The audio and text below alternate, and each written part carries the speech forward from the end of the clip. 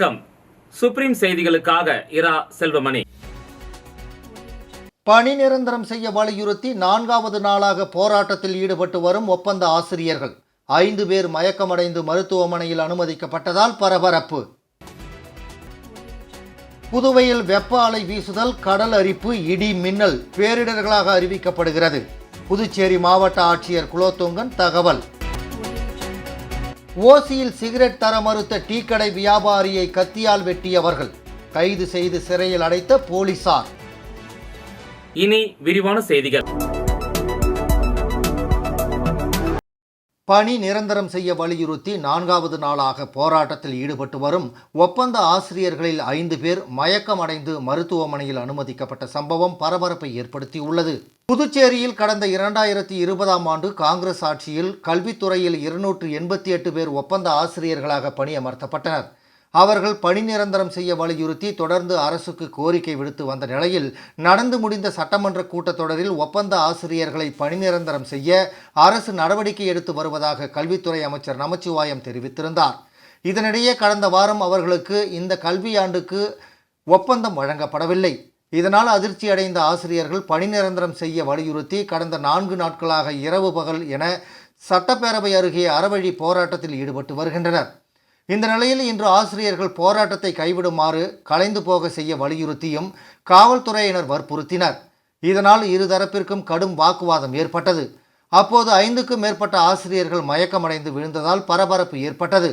அப்போது பாதுகாப்பு பணியில் ஈடுபட்டிருந்த பெண் காவலர்கள் மயக்கமடைந்த ஆசிரியர்களை தூக்கி கொண்டு சென்று அரசு மருத்துவமனையில் அனுமதித்தனர். இது குறித்து தகவல் அறிந்த காங்கிரஸ், திமுக, அதிமுக தலைவர்கள் போராட்ட களத்திற்கு நேரடியாக வந்து ஆசிரியர்களுக்கு ஆதரவு அளித்து போலீசாருடன் பேச்சுவார்த்தையில் ஈடுபட்டனர். இதனால் சட்டப்பேரவை அருகே பதட்டமான சூழல் நிலவி வருகிறது.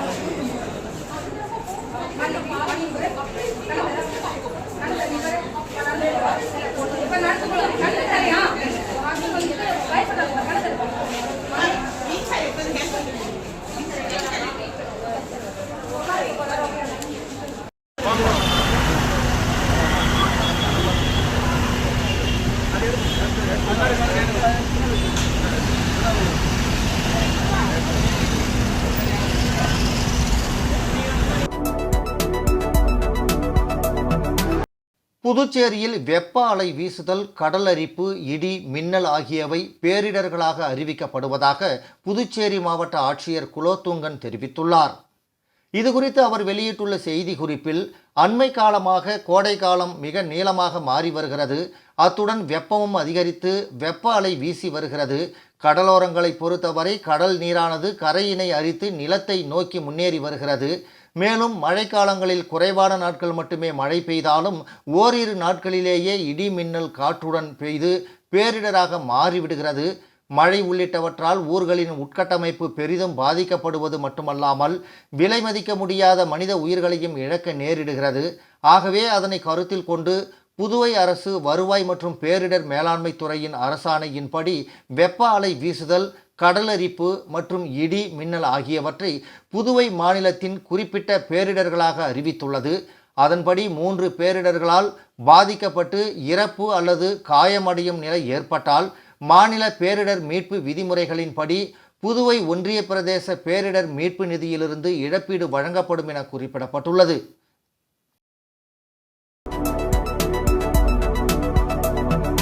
கோரிமேட்டில் ஓசியில் சிகரெட் கேட்டு டீ கடை வியாபாரியை கத்தியால் வெட்டிய 2 பேரை போலீசார் கைது செய்தனர். புதுச்சேரி அடுத்த தமிழக பகுதியான கடப்பேரி குப்பத்தைச் சேர்ந்தவர் ஹரீஷ் ஜிப்மர் மருத்துவமனை எதிரே டீ கடை நடத்தி வருகிறார். நேற்று முன்தினம் திலாசுப்பேட்டை வீமன் நகரை சேர்ந்த சசிகுமார், குருமாம்பேட் ஆறுமுகம், கிருஷ்ணராஜ் ஆகியோர் மதுபோதையில் ஹரீஷ் கடைக்கு சென்று ஓசியில் சிகரெட் கேட்டுள்ளனர். இதற்கு ஹரீஷ் பணம் கொடுக்காமல் முடியாது என கூறினார். ஆத்திரமடைந்த சசிகுமார் மறைத்து வைத்திருந்த கத்தியால் ஹரிஷின் முகத்தில் வெட்டியும், கிருஷ்ணராஜ் கடையில் இருந்த சோடா பாட்டிலை எடுத்து ஹரிஷின் தலையில் தாக்கியும் கொலை முயற்சியில் ஈடுபட்டுள்ளனர். படுகாயமடைந்த ஹரிஷ் ஜிப்மரில் அனுமதிக்கப்பட்டார்.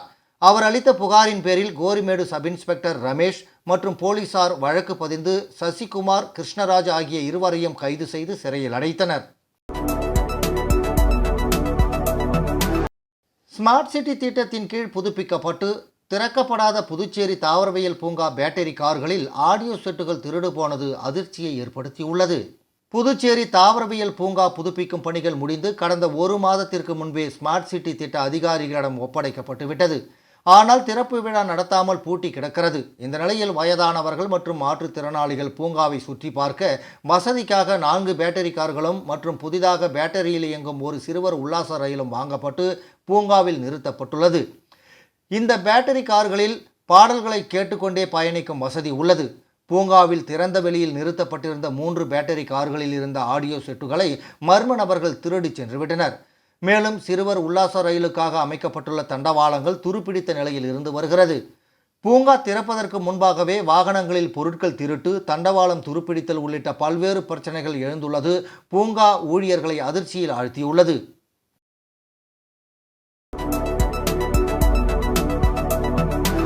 தேசிய அறக்கட்டளை, ஷாரோன் சொசைட்டி ஆஃப் பாண்டிச்சேரி மற்றும் பாரதிதாசன் அரசு மகளிர் கல்லூரி இணைந்து உலக ஆட்டிசம் தினத்தை கொண்டாட இணைந்தன. உலக ஆட்டிசம் தினத்தை முன்னிட்டு சிறப்பு குழந்தைகள் தொடர்பான அதிகாரம் அளித்தல் மற்றும் விழிப்புணர்வு என்ற தலைப்பில் உரை நிகழ்த்தப்பட்டது. ஷாரோன் சொசைட்டி ஆஃப் பாண்டிச்சேரி நடத்தும் ஷாரோன் சிறப்பு பள்ளி, தேசிய அறக்கட்டளை, பாரதிதாசன் அரசு மகளிர் கல்லூரி ஆகியவை இணைந்து உலக ஆட்டிசம் தினத்தில் இந்த நிகழ்ச்சியை ஏற்பாடு செய்தன. இந்த நிகழ்வில் சிறப்பு குழந்தைகள் மற்றும் மாணவர்களின் பெற்றோர்களுக்கு உரை நிகழ்த்தப்பட்டது. இந்த நிகழ்விற்கு ஷாரோன் சொசைட்டி ஆஃப் பாண்டிச்சேரி நிறுவனர் மற்றும் செயலாளர் மோகன், பொருளாளர் திருமதி சுகுணா ஆகியோர் தலைமை தாங்கினர். சிறப்பு விருந்தினராக பாரதிதாசன் அரசு மகளிர் கல்லூரி பேராசிரியர் திருமதி ஷியாமலா கலந்து கொண்டனர். ஒவ்வொரு ஆண்டும் ஏப்ரல் 2ஆம் தேதி அனைத்து சிறப்பு குழந்தைகள் மற்றும் ஆட்டிசம் மற்றும் குறைபாடுகள் உள்ளவர்களின் பெற்றோரின் உரிமைகள், உள்ளடக்கம் மற்றும் நல்வாழ்வுக்கான விழிப்புணர்வு ஏற்படுத்தப்பட்டது. மேலும் தேசிய அறக்கட்டளை வழங்கும் அனைத்து நலத்திட்டங்கள் குறித்தும் விரிவான விளக்கம் அளிக்கப்பட்டது. இந்த நிகழ்ச்சியில் ஷாரோன் சிறப்பு பள்ளி ஆசிரியர்கள் மற்றும் பணியாளர்கள் ரம்யா, நான்சி, சீதா, ரமாதேவி, சரஸ்வதி, லூர்து மேரி, ராஜ்குமார், சின்னத்தம்பி, தன்னார்வ தொண்டர் ஷோபனா மோகன் உள்ளிட்டோர் பங்கேற்றனர்.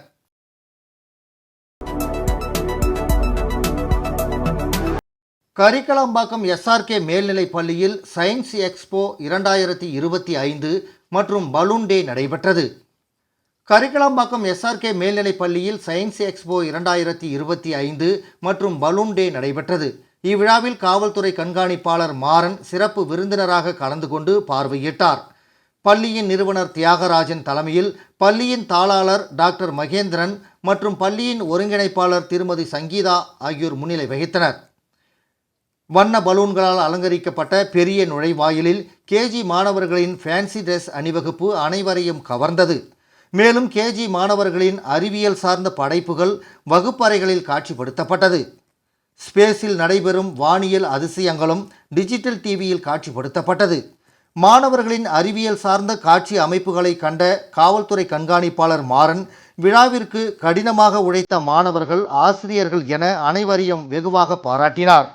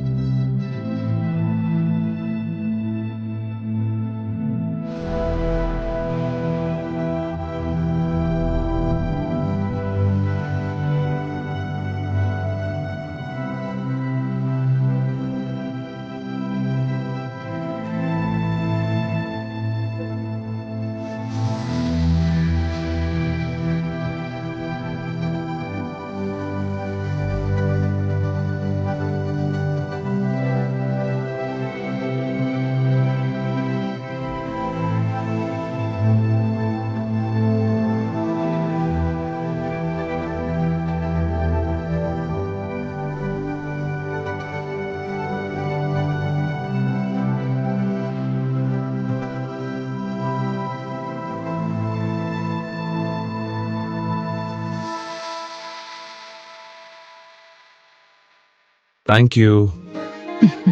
பாருப்பா, ம். பத்மா கை நிறைய புதுசா வளையல் போட்டிருக்கா. அத நீங்க எப்ப பாத்தீங்க? கோயிலுக்கு போனப்ப பார்த்தேன். ஆ? ஆ, அப்போ கோவிலுக்கு போனது சாமியை கும்பிட இல்ல. ஏன்பா ஏன் முன்னாடி வந்து நின்னு சாமி கும்பிட்டா நான் பார்க்க மாட்டேனா? ம். எனக்கும் வேணும் புது வளையல். இப்ப தங்கத்தோட விலை என்னன்னு தெரியுமா? பாரு, ஜோஸ் ஆலுகாஸ்ல இப்போ ஒரு புது ஆஃபர் இருக்கு.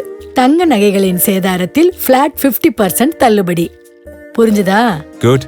அப்படின்னா ஜோஸ் அலுகாஸ் போலாமா?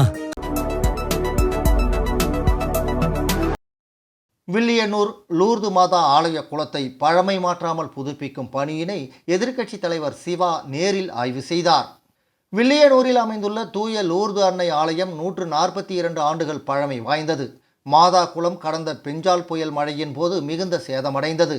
இதனைத் தொடர்ந்து எதிர்க்கட்சித் தலைவர் சிவா முயற்சியால் மாதா குளம் புதிதாக கட்டுவதற்காக ஆயத்த பணிகள் தொடங்கப்பட்டது. அதன் ஒரு பகுதியாக பொதுப்பணித்துறை நீர்ப்பாசன கோட்டம் மூலம் மாதா குளத்தை புதிதாக கட்டுவதற்கான திட்ட வரைபடம் தயார் செய்யப்பட்டு இன்று பொதுப்பணித்துறை அதிகாரிகள் மாதா கோவில் பங்கு தந்தை ஆல்பர்ட் மற்றும் நிர்வாகிகளுடன் சட்டமன்ற எதிர்க்கட்சித் தலைவர் சிவா குளத்தை நேரில் ஆய்வு செய்தார்.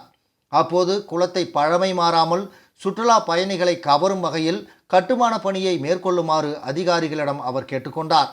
இந்த நிகழ்ச்சியில் வில்லியனூர் லூர்து மாதா ஆலய பங்கு தந்தை ஆல்பர்ட், ஊர் முக்கியஸ்தர்கள் விஸ்வநாதன், திமுக நிர்வாகிகள் உட்பட பலர் கலந்து கொண்டனர்.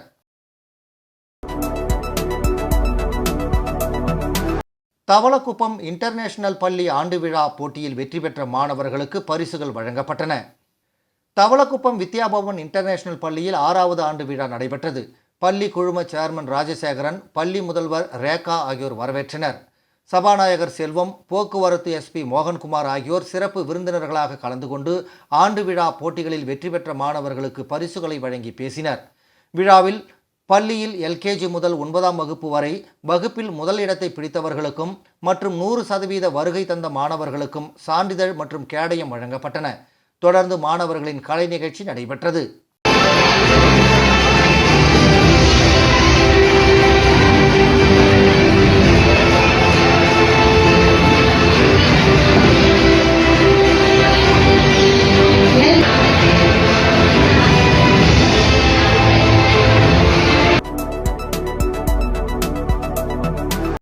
கூடப்பாக்கம் பகுதியில் ஆறுமுகம் எஜுகேஷனல் அகாடமி இலவச போட்டி தேர்வு மையத்தினை அமைச்சர் சாய்ஜே சரவணகுமார் திறந்து வைத்தார். புதுச்சேரி மாநிலம் மூசூடு சட்டமன்ற தொகுதிக்கு உட்பட்ட கூடப்பாக்கம் அரசு மருத்துவமனை எதிரே உள்ள கூடப்பாக்கம் நடுத்தெருவில் ஆறுமுகம் எஜுகேஷனல் அகாடமி சார்பில் மாணவ மாணவிகள் பயனடையும் வகையில் இலவச போட்டி தேர்வு மையம் திறப்பு விழா நடைபெற்றது. இதில் ஊசுடு சட்டமன்ற தொகுதியின் சட்டமன்ற உறுப்பினரும் ஆதிதிராவிடர் நலத்துறை அமைச்சருமான சாய்ஜே சரவணகுமார் சிறப்பு விருந்தினராக கலந்து கொண்டு விழாவிற்கு தலைமை தாங்கி ரிப்பன் வெட்டி மையத்தினை திறந்து வைத்தார். நிகழ்ச்சியில் ஏராளமான மாணவ மாணவிகள் மற்றும் ஊர் பொதுமக்கள் கலந்து கொண்டு விழாவினை சிறப்பித்தனர். நிகழ்ச்சியில் ஊசுடு தொகுதி பாஜக ஒருங்கிணைப்பாளர் சாய் தியாகராஜன், பிரகாஷ், மைக்கேல் உட்பட ஊர் முக்கிய பிரமுகர்கள் ஏராளமானோர் கலந்து கொண்டனர்.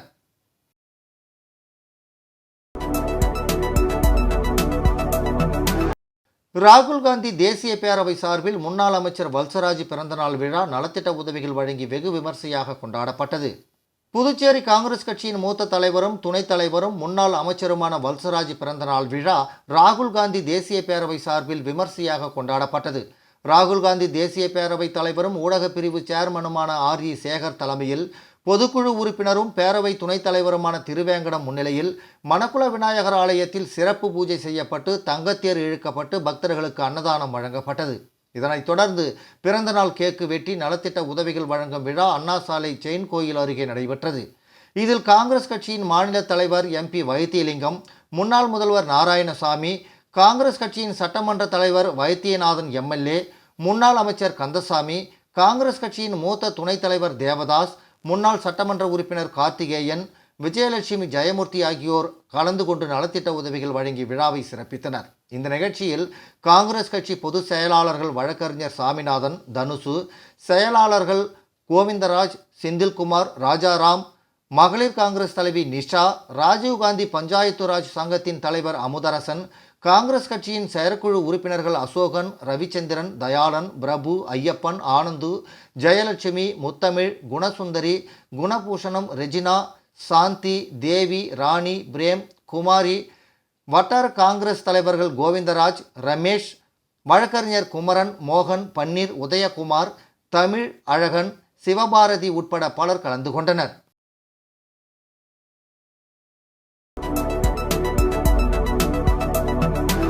புதுச்சேரி சின்ன சுப்பராய பிள்ளை வீதியில் தேங்கி நிற்கும் மழைநீரை வெளியேற்ற இருபுறமும் வாய்க்காலில் வழி ஏற்படுத்தி தருமாறும், புதிய பேருந்து நிலையம் அருகில் உள்ள கோவில் வாசலில் உள்ள கான்கிரீட் தரையை சமன் செய்து தருமாறும் புதுச்சேரி நகராட்சி ஆணையரை சந்தித்து திமுக பொதுக்குழு உறுப்பினர் கோபால் மனு அளித்துள்ளார்.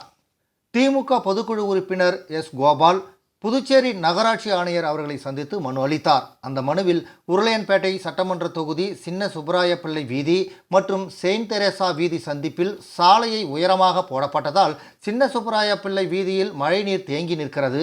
இதனால் அப்பகுதியில் கொசு தொல்லை மற்றும் சுகாதார சீர்கேடு ஏற்படும் சூழல் நிலவி வருகிறது. இதனால் மக்கள் மிகுந்த சிரமத்தில் உள்ளனர். மழைநீர் வெளியேற வழியில்லை. ஆகவே இருபுறமும் உள்ள வாய்க்காலில் வழி ஏற்படுத்தி மழைநீர் வெளியேற வழிவகை செய்யுமாறு கேட்டுக்கொண்டார். அதனைத் தொடர்ந்து மற்றொரு மனுவில் புதுச்சேரி உருளையன்பேட்டை தொகுதி புதிய பேருந்து நிலையம் அருகில் உள்ள அருள்மிகு ஒண்டிவீர ஐயனாரப்பன் ஆலயம் உள்ளது. இப்பொழுது புதிதாக கட்டப்பட்ட புதிய பேருந்து நிலைய கான்கிரீட் தரை கோவிலை விட 2 அடி உயரமாக உள்ளது. இதனால் கோவிலின் தேர் வெளிவர சிரமமாக உள்ளது. ஆகையால் கோவில் வாசலில் உள்ள கான்கிரீட் தரையை சமம் செய்து தருமாறு அன்புடன் கேட்டுக்கொண்டார். அப்பொழுது தொகுதி செயலாளர் சக்திவேல், வர்த்தகர் அணி துணைத் தலைவர் குரு, இலக்கிய அணி ஸ்ரீதர், கிளை செயலாளர் கிரி, அகிலன், விஜயகுமார், அந்தோனி, நெல்சன், முரளி, விமல், பாபு, ஆர்ஸ், ராஜா உள்ளிட்டோர் உடனிருந்தனர். மீண்டும் முதன்மை செய்திகள். பணி நிரந்தரம் செய்ய வலியுறுத்தி 4வது நாளாக போராட்டத்தில் ஈடுபட்டு வரும் ஒப்பந்த ஆசிரியர்கள் 5 பேர் மயக்கமடைந்து மருத்துவமனையில் அனுமதிக்கப்பட்டதால் பரபரப்பு.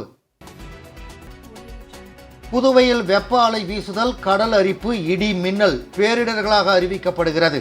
புதுச்சேரி மாவட்ட ஆட்சியர் குலோத்துங்கன் தகவல். ஓசியில் சிகரெட் தர மறுத்த டீ கடை வியாபாரியை கத்தியால் வெட்டியவர்கள் கைது செய்து சிறையில் அடைத்த போலீசார். இந்த செய்தி அறிக்கை இத்துடன் நிறைவு பெறுகிறது. வணக்கம்.